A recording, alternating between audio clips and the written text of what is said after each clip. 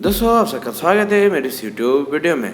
आज की वीडियो में हम फिर बात करेंगे हरकुलस के एक और लेबर यानी ग्रेयॉन की। तो चलिए वीडियो को शुरू करते हैं बिना किसी देरी के।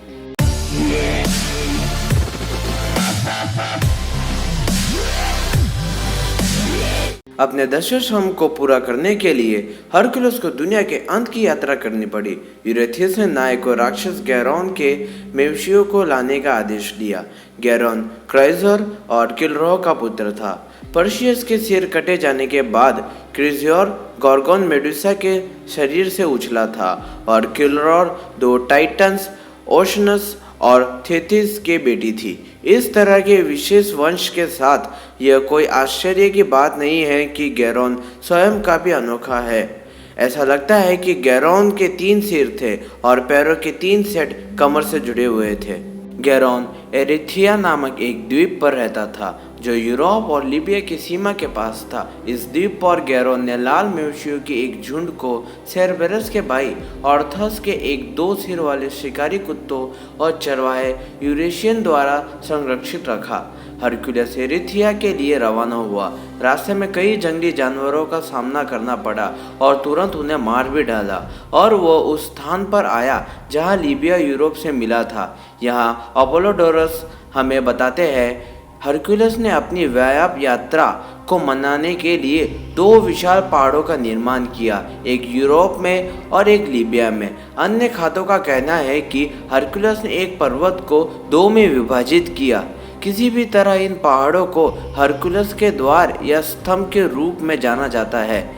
जब उसने पहाड़ को तोड़ा तो हरकुलस ने जो जलद मरुमध्य बनाया उसे अब जिब्रोडोरस की जलद मरुमध्य कहा जाता है। स्पेन और मोरक्को के बीच भूमध्य सागर से अटलांटिस महासागर का प्रवेश द्वार है।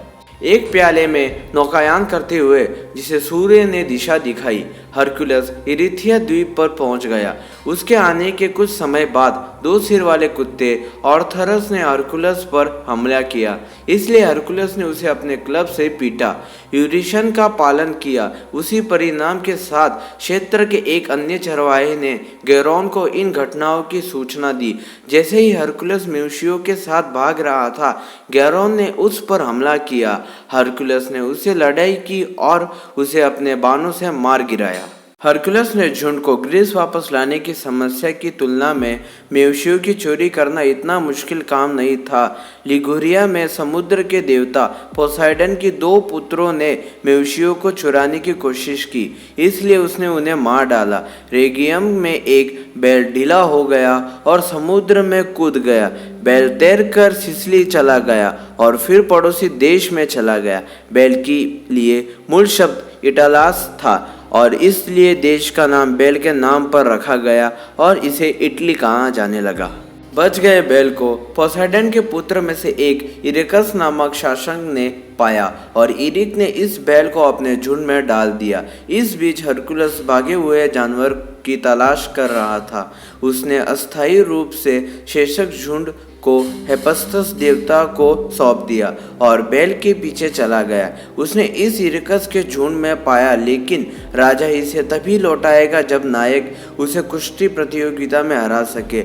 लेकिन हरकुलस कभी पीछे हटता है क्या कुश्ती लड़ने से? हरकुलस ने कुश्ती में इरिक को 3 बार हराया, राजा को मार भी डाला, बैल को वापस ले लिया और उसे झुंड में वापस कर दिया। आखिरकार हरकुलस ने यात्रा के अंत में गायों के रहने के लिए एक टेम्पररी शेड बनाया आयोनियन सागर के किनारे पर। हालांकि हेरा नायक को यह काम पूरा करने नहीं देने वाली थी। उसने मवेशियों पर हमला करने के लिए एक जल्लाद भेजा और झुंड दूर दूर तक बिखर गया। अब हरकुलस को बची हुई गायों को इकट्ठा करने के लिए थ्रेस के आसपास भागना पड़ा। अंत में उन्होंने झुंड को फिर से इकट्ठा किया और थ्रेस में स्टिदमोन नदी पर अपनी परेशानियों को दोष देते हुए उन्होंने नदी को चट्टानों से भर दिया, जिससे यह अपराय हो गया।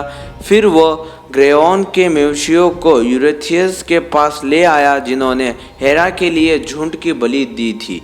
पूर्वजों ने कहा गया है कि हरकुलस या यूरोप को इस घटनापूर्ण प्लियास से उभरने में कितना समय लगा ये किसी को अंदाजा ही नहीं होगा। दोस्तों, आप सबको मेरी वीडियो कैसी लगी मुझे कमेंट सेक्शन में बताइए। अगर और ऐसा कंटेंट देखना चाहते हैं तो मेरे चैनल को सब्सक्राइब कीजिए और मेरी वीडियो को शेयर करिए। तो चलिए, तब तक के लिए बाय। आपसे अगली वीडियो में फिर मुलाकात होगी।